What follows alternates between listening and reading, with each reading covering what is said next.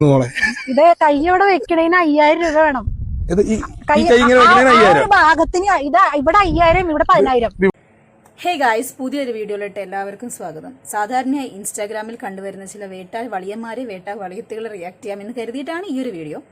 ഇവർ കാട്ടിക്കൂട്ടുന്നത് കോമാളിത്തരങ്ങളാണോ സീരിയസ് ആയിട്ട് വല്ലതും ആണോ എന്നുള്ളതിനുള്ള ഉത്തരം ഇപ്പോഴും കിട്ടിയിട്ടില്ല. പ്രധാനമായിട്ട് പറയുകയാണെങ്കിൽ അവർ അഭിനയിച്ച വീഡിയോസും കാര്യങ്ങളും ഇതുവരെ പുറത്തിറങ്ങിയിട്ടില്ല. ഇതൊക്കെ എവിടെ ഇറങ്ങുന്നേ എന്നാണ് ഇപ്പോഴും എൻ്റെ സംശയം. അധികം വൈകാതെ നമുക്ക് വീഡിയോക്കകത്തോട്ട് പോവാം. Chess number 1 on stage. ഇത് കയ്യോടെ വെക്കണേന് 5000 രൂപ വേണം. ഭാഗത്തിന് 10000 രൂപ. അവൻ വർത്താനം വന്ന് ഇപ്പൊ തന്നെ 10000 രൂപ മുതലാക്കി. ചേച്ചി ബി കെയർഫുൾ, സോ എക്സ്പെൻസീവ്.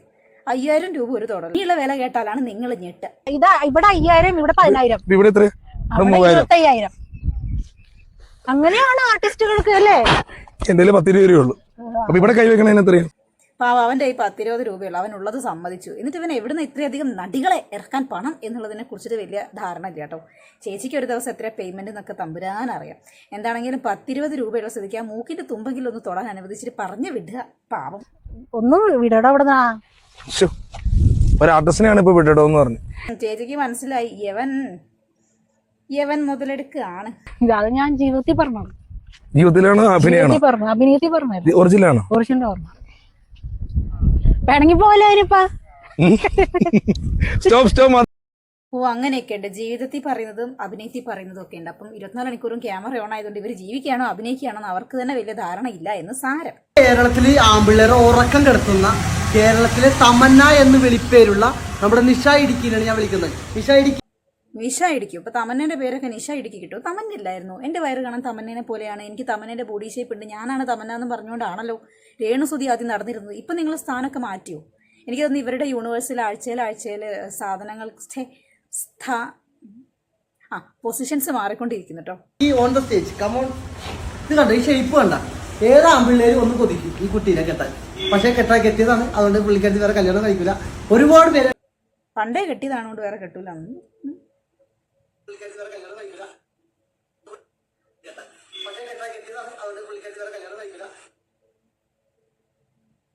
എനിക്ക് മനസ്സിലായില്ല, നിങ്ങൾക്ക് ഇത് മനസ്സിലായോ? നമ്പർ ചോദിക്കുന്നുണ്ടോ? നിഷയുടെ നമ്പർ വരുമോ? നിഷ നല്ല തമന്ന കുട്ടിയുടെ നമ്പർ വരുമോ? എന്താണ് ഞാൻ അവരോട് പറയേണ്ടത്? തൽക്കാലത്തേക്കൊന്നും പറയാൻ വേണ്ടി പോണ്ട. വല്ല കണ്ണുപൊട്ടന്മാരും ആയിരിക്കും. വല്ല കണ്ണടയും മേടിച്ച് വെച്ച് കഴിഞ്ഞാണ്ടല്ലോ നിനക്ക് തന്നെ തെറിയേക്കും മിക്കവാറും.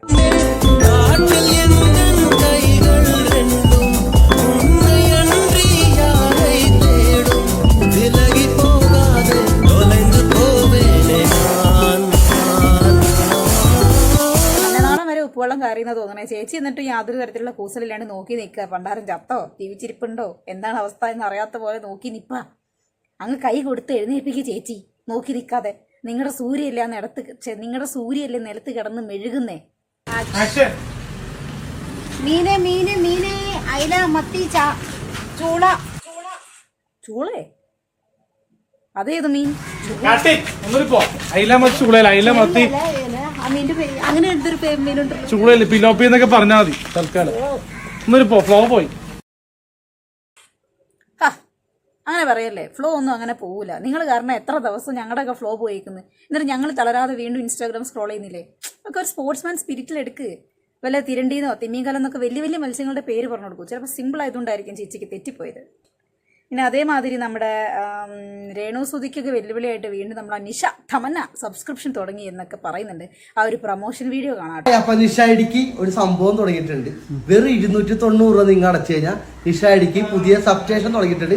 Substation, police station, railway station ഒക്കെ ഇട്ടുണ്ട്. സബ്സ്റ്റേഷൻ സബ്സ്ക്രിപ്ഷൻ എന്നാണ് ഉദ്ദേശിച്ചത്. ഇപ്പോഴത്തെ ആമ്പിള്ളേരെ മുൾമുനയിൽ നിർത്താൻ പറ്റിയ കണ്ടന്റുകൾ അതിനകത്തുണ്ടാവും. അപ്പൊ നിഷ ഇടുക്കി എന്ന് പറഞ്ഞാൽ ഇൻസ്റ്റാഗ്രാം ഫോളോ ചെയ്യുക. സബ്സ്റ്റേഷനിൽ ഒരു 290 അടച്ചോ, ഒരിക്കലും നഷ്ടപ്പെടില്ല. ഈ 18-കാരി സുന്ദരിയുടെ കണ്ടന്റുകൾ നിങ്ങൾക്ക് കാണാം. എത്ര കാരി? 18-കാരിയോ? വർഷങ്ങൾക്ക് മുമ്പ്. ഇയാൾ ഏത് കാലഘട്ടത്തിലാണ് ജീവിക്കുന്നത്? 2026 പുള്ളിന്റെ ആധാർ കാർഡ് എടുത്ത് നോക്കി കഴിഞ്ഞാൽ ഉണ്ടാവില്ല പുള്ളിക്കാരിക്ക് ഇപ്പോൾ 78 വയസ്സെങ്കിലും. പിന്നെ 18. അപ്പൊ എല്ലാ ആഴ്ചയിലായിരിക്കും നിഷ ഇടുക്കി കണ്ടന്റുകൾ ഇടുന്നത്. അപ്പൊ 290 രൂപ മുടക്കും ഈ സബ്സ്റ്റേഷൻ നിങ്ങൾ സ്വന്തമാക്കും. ഓക്കെ, ആ സബ്സ്റ്റേഷൻ വേണ്ട ആൾക്കാർ പോയി സ്വന്തമാക്കിക്കോളൂ കേട്ടോ. ചെല്ലു.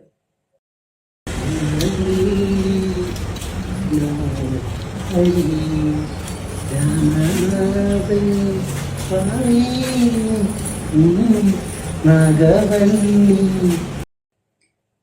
ഇതേപോലെ ഒരു സിമിലർ സീൻ എനിക്ക് തോന്നുന്നു ശോഭന അഭിനയിച്ച് കൊളാക്കിയിട്ടുണ്ടെന്നല്ലേ.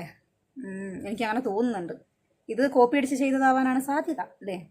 എന്താണ് ആ ഒരു പെർഫെക്ഷൻ? ആരാണ്? ബാലരാമനോ? എന്താണ് ബലരാമനോ? പുള്ളി കറക്റ്റ് ലുക്ക് ഉണ്ടല്ലേ. ബലരാമനോ ഭീമനോ? ഏകദേശം ആ ഒരു ലുക്ക് പിടിച്ചിട്ടുണ്ട്. ഇനി നെക്സ്റ്റ് ചേട്ടൻ്റെ കയ്യിലല്ല, ഈ ആട്ടയം ചേട്ടൻ്റെ കയ്യിൽ എല്ലാവിധ മോഡൽസും ഉണ്ട് എന്നാണ് കേൾക്കപ്പെടുന്നത്. 75, 85, 65 അങ്ങനെയുള്ള എല്ലാ മോഡലും ഉണ്ട്. എന്തായാലും നമുക്ക് മോഡൽസിനെ ഒന്ന് കണ്ടേക്കാം. ഹായ്, നമസ്കാരം. മലയാള സിനിമയിലേക്ക് ഒരു പുതിയ നായികയെ ഞാൻ പരിചയപ്പെടുത്തുകയാണ്.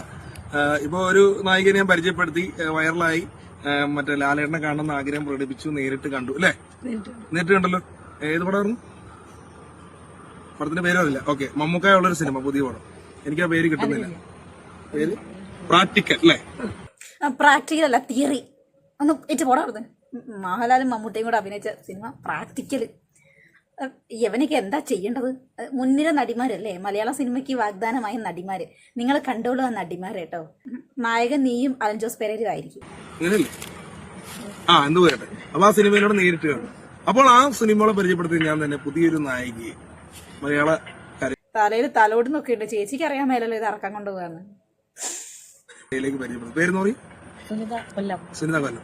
ഇദ്ദേഹത്തിന്റെ പ്രത്യേകത എന്ന് പറഞ്ഞാൽ അഭിനയിക്കും, പാട്ട് പാടും, ഡാൻസ് ചെയ്യും, പിന്നെ എന്താ പറയാ.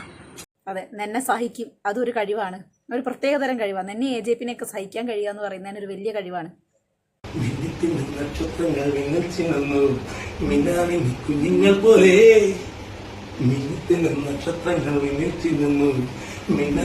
കുഞ്ഞുങ്ങൾ പോലെ കനവായി മിഴിയായി. മുതലെടുക്കാണോ സജി? ചേച്ചിക്ക് എന്തൊക്കെയോ അപകടം മണത്തിട്ടുണ്ട് കേട്ടോ. യവനാണ് കൊടുക്കുക ചേച്ചി, അങ്ങോട്ട് നീട്ടി കൊടു. അങ്ങനത്തെ ഒന്നും വേണ്ട കേട്ടോ, പറഞ്ഞു കിട്ടില്ലേ. വേണ്ട, ആ സീനൊന്നും വേണ്ട. ഇതൊക്കെ തിയേറ്ററുകൾ പ്രചരിക്കുന്ന സമയത്ത് എനിക്ക് നാണക്കേടാണ്. You bloody idiot. എന്റെ വലയിൽ നിന്നെ വീഴ്ത്തും, അല്ലെങ്കിൽ ഞാൻ പോ പന്നേന്ന്. ഇതിന്റെയൊക്കെ വല്ല കാര്യമുണ്ടോ? ഇതൊക്കെ കാണിച്ചു കൂട്ടിയിട്ട് എന്താണ് ഇവർക്ക് കിട്ടുന്നത്? വല്ല വരുമാനം കിട്ടുന്നുണ്ടാവോ? എന്നാൽ പിന്നെ നാളെ മുതൽ എല്ലാവർക്കും ഈ പണിക്ക് ഇറങ്ങിയാൽ മതിയല്ലോ. തരക്കേടില്ലാത്തൊരു വരുമാനം ദിവസം കിട്ടുന്നുണ്ട് എന്നുണ്ടെങ്കിൽ. പക്ഷെ നാടും മാനവും അഭിമാനവും ലേശം ഉളുപ്പുള്ള ആൾക്കാർ ഈ പണിക്ക് പോകില്ല കേട്ടോ. കാരണം അമ്മാരി തെറികൾ കേൾക്കേണ്ടി വരും കമന്റ് ബോക്സിൽ നിന്ന് അറിയാം. തച്ചോളി വർഗീസാ.